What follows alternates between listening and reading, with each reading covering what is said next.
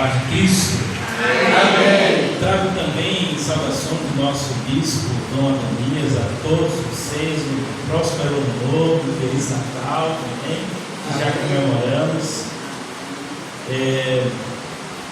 O texto, queridos, que o Senhor tem colocado no nosso coração nessa manhã, é um texto que nos fala sobre a bela contradição do Natal. O Natal que há poucos dias comemoramos, celebramos com muita alegria o nascimento do Salvador. Eu gostaria de trazer esta reflexão ao nosso coração nessa manhã, dizendo que o Natal é uma bela de uma contradição. E o texto que nos foi posto, o texto tela, Lucas capítulo 2, nos fala, amados irmãos, e eu convido vocês a olharem para o Natal não através das luzes das lojas ou das casas. Falar nisso, essa semana uma colega do trabalho mostrou a casa dela, a mãe dela do Natal. Olha, era tanta luz, olha, não havia, tanto que ela me deu de presente alguns pisca-piscas, porque não cabia mais na casa dela. Eu não quero convidar vocês a olhar para essas luzes, mas quero que vocês olhem para o Natal, que é o registro do nascimento do Salvador sob a ótica do evangelista Lucas. Lucas foi um médico e historiador que escreveu para dar certeza das coisas que aconteceram. Se você ler no capítulo 1 e versículo 4 do Evangelho de Lucas, está lá, Lucas dizendo: eu escrevi acerca de Jesus, vida, morte, ressurreição e ascensão, para que você, Teófilo, tenha certeza de que Ele é o Messias e Salvador. E a primeira certeza que Lucas nos apresenta é um choque, irmãos. É um choque. O reino de Deus, deixa eu lhe dizer uma coisa: o reino de Deus, ou as coisas no reino de Deus, funciona de cabeça para baixo.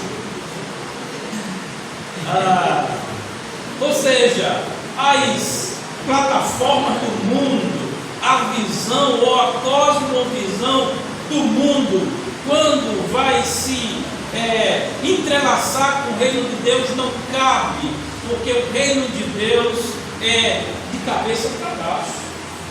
Como assim, pastor? É assim: o maior é o menor. Quem tem poder é quem serve. Então essas plataformas não cabem no pensamento moderno, mas cabe no reino de Deus. Aleluia. Aleluia. Enquanto o mundo, escute isso, olhava para o palácio de César Augusto em Roma, porque se você pegar o capítulo 2 e o versículo 1, acompanhe comigo, diz o seguinte, o texto: naqueles dias, César Augusto publicou um decreto ordenando a contagem ou o recenseamento de todo o Império Romano, e este foi o primeiro recenseamento feito a mando de Quirino, quando ele era governador da Síria, e todos iam para a sua cidade natal a fim de alistar-se. Ou seja, enquanto o mundo olhava para César, para o decreto de César, o céu olhava para um coxo de animais em Belém. Enquanto as pessoas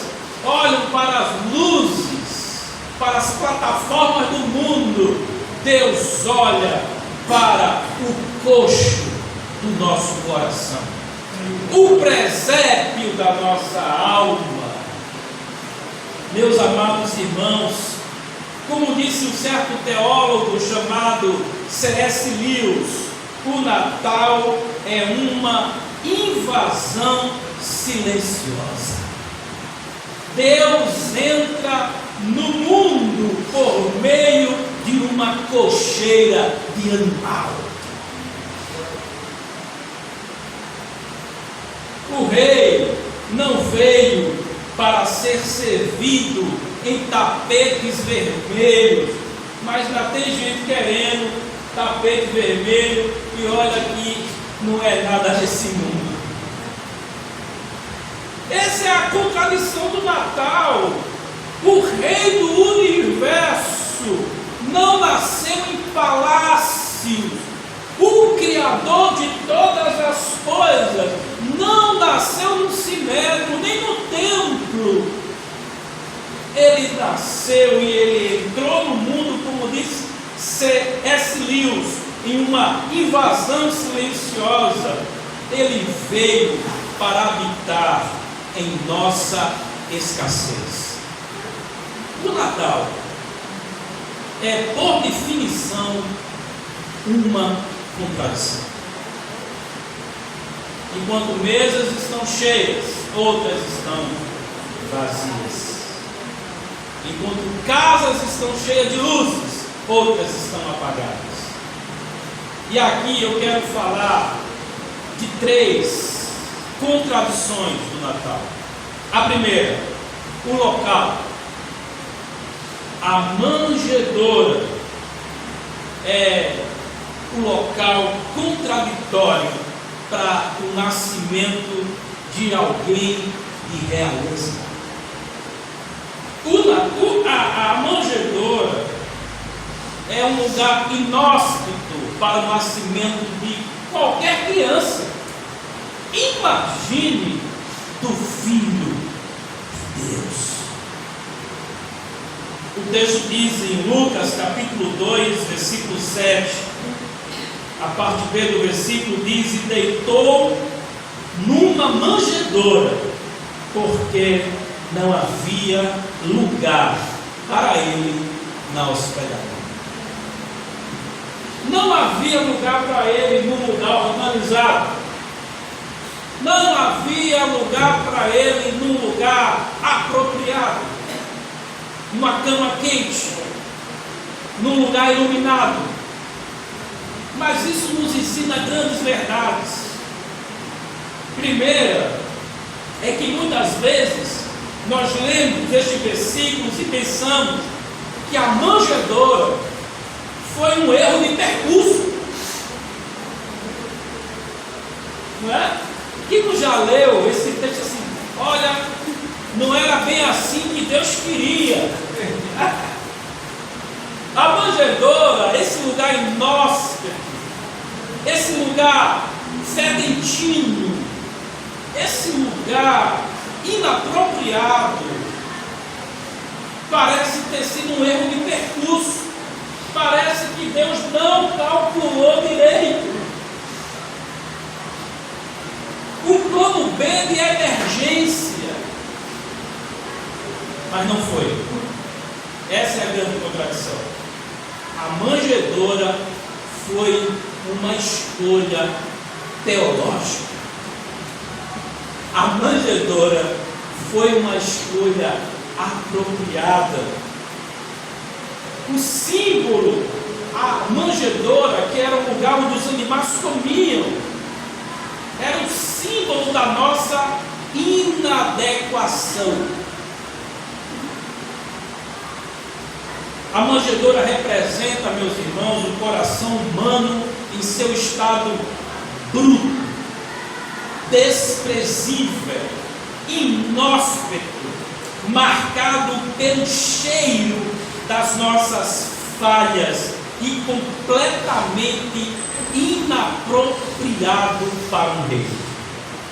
Talvez você olhe para a sua vida e diga hoje: Deus não pode habitar na manjedoura do meu coração, porque eu sou muito confuso, eu falho bastante, eu sou indigno, eu sou problemático. Mas é exatamente aí, nesse lugar inóspito, inapropriado, que o Filho de Deus nasceu e deseja nascer. Eu me lembro do Pedro, quando ele, em determinado momento, Jesus chama ele para pescar, depois de ter pregado nas margens lá na praia, disse: Pedro, vamos dar uma pescada. Aí Pedro disse assim: Senhor, olha, não é por nada não, mas se tem uma coisa que eu entendo é de pesca, e eu acho que esse não é um horário inapropriado ou apropriado para a pesca, mas segundo a tua palavra eu vou. E aí ele foi, e quando chegou em determinado momento, o Senhor disse para ele: lance a rede do lado direito. Aí ele disse: tá bom, e lançou. E quando ele ia puxando, agora ele disse: puxa a rede. E quando Pedro puxa, o que é que acontece? Quem lembra? Uma grande pesca. Uma pesca maravilhosa. Um milagre acontecendo naquele momento. Ora, irmãos, esse momento é um momento de festejar, é um momento de glorificar, não é assim? Mas quando ele olha para a glória de Deus e olha para a manjedoura do coração dele, o inapropriado sempre vai olhar para a glória e dizer: aparta-te de mim, porque eu sou pecador. Mas sabe qual é a resposta do divino? Assim como ele nasceu na manjedoura em Belém, ele nasce no coração de Pedro e diz assim: eu ainda vou te fazer pescadores de homem, porque a manjedoura do coração é o lugar apropriado para o milagre. E talvez você chegou aqui nessa manhã dizendo: meu coração está inapropriado, há muitos questionamentos, há muita confusão, mas é nesse coração que Deus quer mostrar o seu filho. Aleluia. Meus amados irmãos, essa sensação de ser inapropriado foi a mesma que Pedro sentiu. Quando viu a santidade de Jesus, ele clamou: afasta-te de mim, Senhor, porque eu sou um pecador.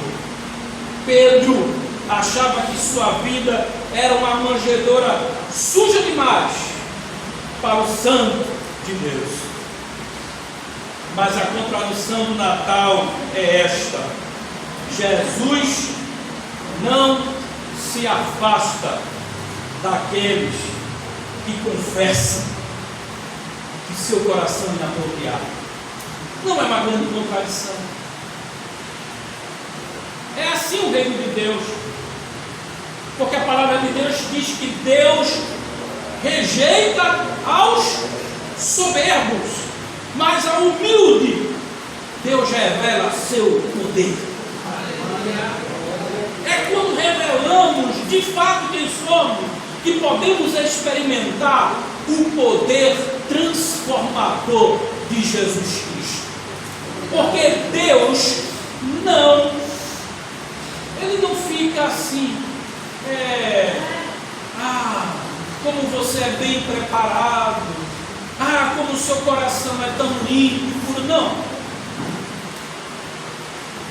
É aos humildes que Deus derrama a sua graça. Ele rejeita os palácios de honra para decidir nascer exatamente onde parece não haver dignidade. Quero dizer com isso, quero aplicar essa palavra no seu coração, que Deus não busca corações prontos e luxuosos. Deus não está em busca de coração enfeitado. Mas Deus, irmãos, Ele busca a manjedoura do arrependimento. Se Ele não teve vergonha da manjedoura de Belém, escute isso. Se o Filho de Deus não teve vergonha da manjedoura de Belém, Ele também não terá vergonha da manjedoura do nosso coração.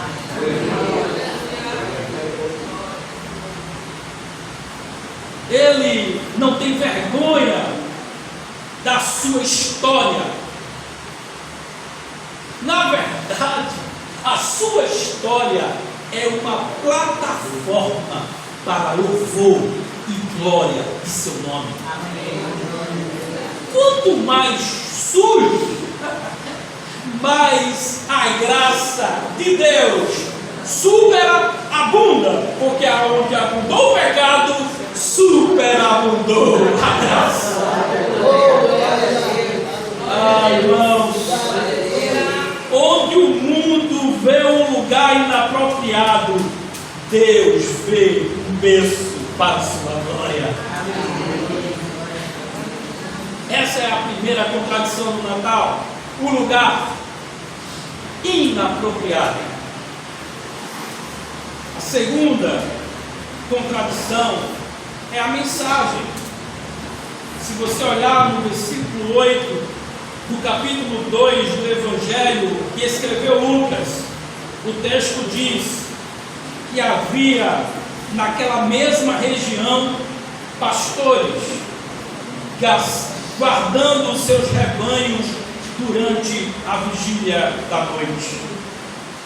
Aqui a mensagem, o anúncio do nascimento do Salvador não foi dirigido ao palácio romano, não foi dirigido à cúpula religiosa judaica, o Sinédrio, não foi ao palácio ao templo de Salomão, mas foi a pessoas invisíveis. Eu quero dizer para você, se você se acha invisível, você é uma plataforma para o anúncio da mensagem salvadora de que Jesus é Senhor e nasceu.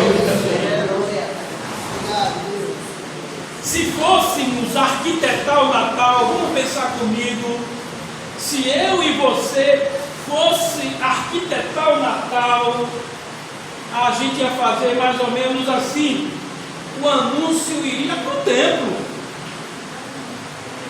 não é?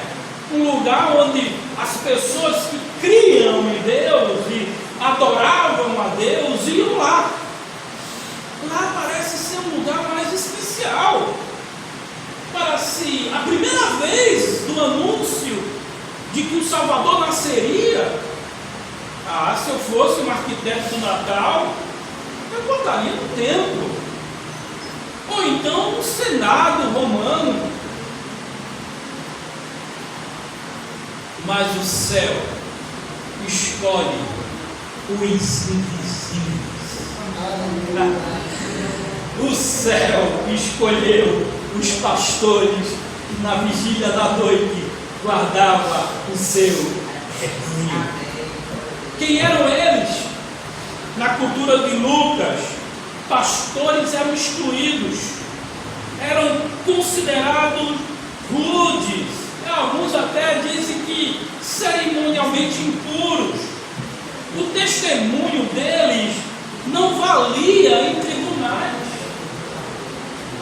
Ei, Deus não está preocupado com o tribunal romano e nem com nenhum tribunal, porque a verdade de Deus é absoluta e não depende da assertiva humana.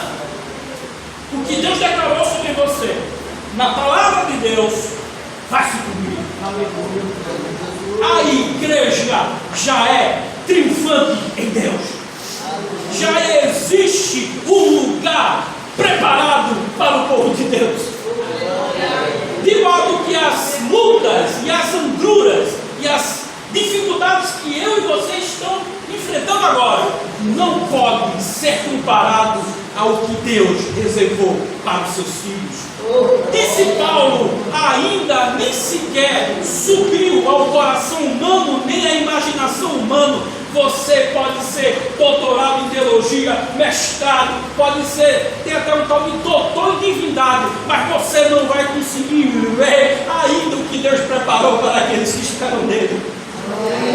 É por isso que a palavra de Deus diz que o corrupto vai ter que se reinvestir da incorruptibilidade, o mortal da imortalidade, para que eu e você possamos desfrutar da glória do Irmãos, o testemunho deles não valia em nada em tribunais, mas Deus escolheu para serem as primeiras testemunhas da redenção. Isso reforça o que Lucas diria mais tarde, em Lucas capítulo 5, versículo 32. Eu não vim chamar justos, mas pecadores ao arrependimento. O Natal é o primeiro banquete da graça de Deus. Os convidados de honra são aqueles que o mundo não nota. Eu e você somos privilegiados de estar aqui hoje na casa de Deus, celebrando o Natal de Jesus Cristo. Há pessoas de nome, há pessoas com uma conta gigantesca, mas que não sente a alegria que eu e você sente quando entramos na presença de Deus. Quando a presença do Filho de Deus é manifesto na manjedoura do nosso coração inóspito, inapropriado. O Natal é o primeiro banquete de graça. Eu quero aplicar essa palavra para você hoje aqui. Você se sente invisível? Você se sente sem voz, sem valor nas mesas da decisão? O Natal prova que você é o primeiro no radar do Espírito Santo. Aleluia! Teve gente que chegou hoje aqui desanimado em me ver, eu sou invisível. Eu quero dizer para você, quem vê você é o mesmo que viu Davi atrás das malhadas e disse: ninguém vai sentar na mesa enquanto não trouxer.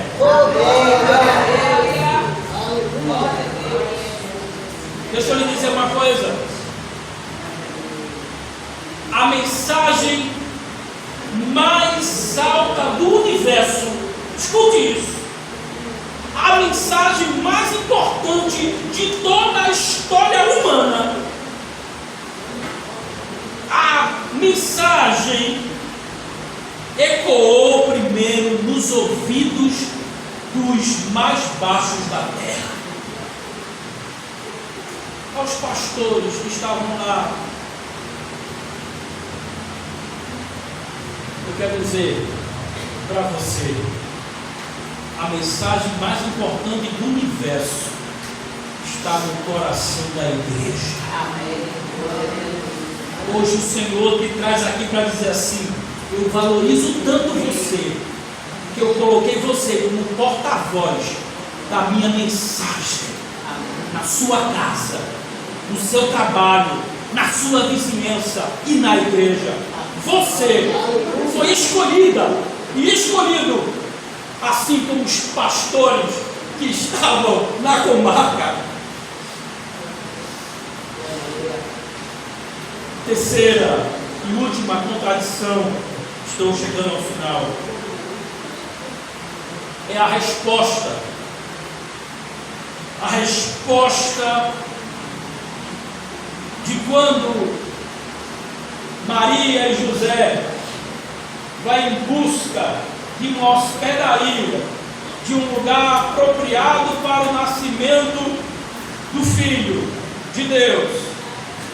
A resposta está em Lucas capítulo 2, versículo 7. O texto diz: não havia lugar para ele na hospedaria. Deixa eu dizer uma coisa. Se você se sentir muito apropriado para o nascimento do Filho de Deus, esse lugar não há lugar. Só há lugar para um coração esvaziado. Só há lugar para um coração quebrantado. Aquela manjedoura é teológica. Todo o cenário do nascimento parece um fracasso estratégico. Sem vaga, sem estrutura, sem acolhimento. Mas é no vácuo da estrutura humana que a plenitude de Deus transborda. Irmãos, Deus tem um padrão. Ele trabalha onde os recursos acabam. Tem lugar para ele não? Pronto, e aí mesmo que ele quer nascer.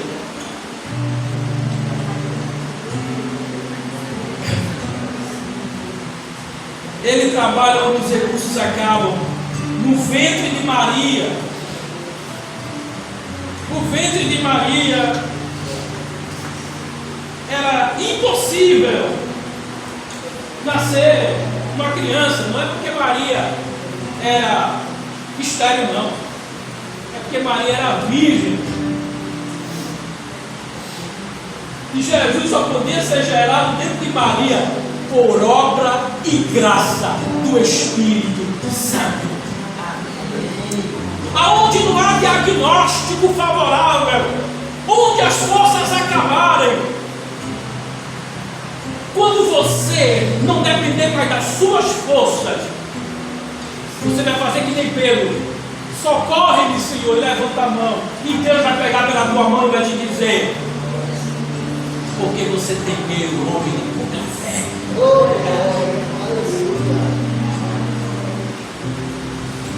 Na cruz, Lucas capítulo 23, versículo 43, no momento da maior fraqueza, no momento da derrota aparente, a salvação foi selada.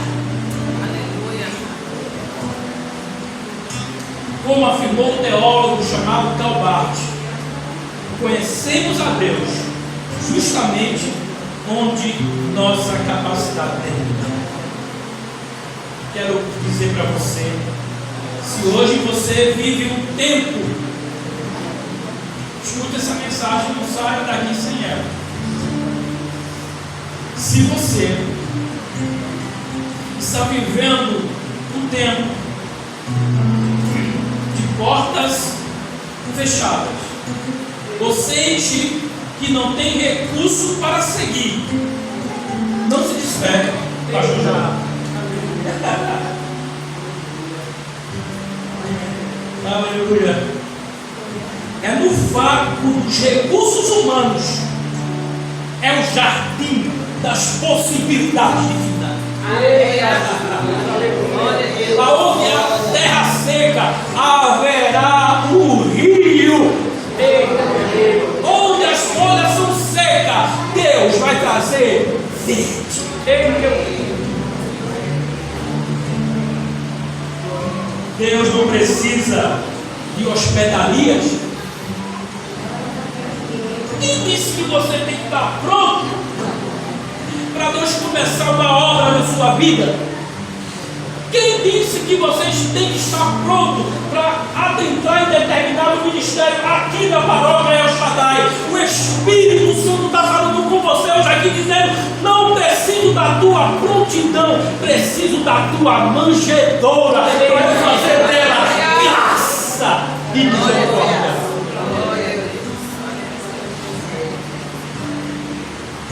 Deus não precisa de hospedaria confortáveis para agir. Ele só precisa de você. Aí eu vou ser bem pentecostal agora. Estou quase, né? Ele só precisa de uma coisa: de um lugar. Mas é inapropriado, Senhor. Deixa eu usar o teu lugar inapropriado. Glória a Deus. Mesmo que seja um coxo de animal, e mostra-te, serpentino, a luz de Cristo iluminará a nossa multidão. Eu concluo. Se o Natal é uma contradição, nossa vida deve ser resposta a esse mistério. Abaixe as expectativas de perfeição. Deixa eu lhe dizer uma coisa: Deus não veio aqui hoje pedir de você perfeição. Amém? Eu costumo dizer isso. Eu gosto muito de dizer isso. Eu posso fazer um desafio?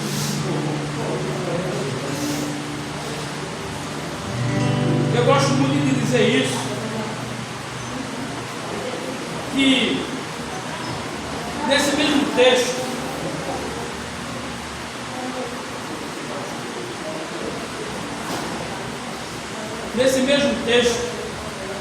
os anjos ouvem o mais belo hino,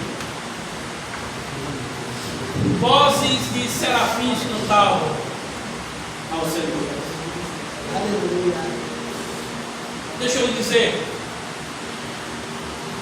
se tem uma coisa que Deus sabe de música, Ele tem um coro celestial lá em cima. E eu e você estamos alistados para cantar lá. Viu? Então ele não desce aqui para ver performance. Ele não desce aqui para ver perfeição. Ele desce aqui para ver manjedoura. Se você está pensando que Deus fica impressionado com a tua performance, meu Deus. Meu Deus. Não, Deus não se impressiona com performance de ninguém, nem de pregador, nem de pastor, nem de cantor, nem de músico. Deus só quer uma manjedoura para que o seu filho brilhe nela. E aí os anjos cantavam lá naquele. Aí tem um louvor que diz assim: me ajude, o senhor é mais cantor que eu. Na verdade, eu estou fazendo curso ainda de cantoria. Até agora, fui muito bem sucedido, não. Principalmente, uma vez um amigo meu, muito amigo, disse assim: pastor, como cantor, o seu modo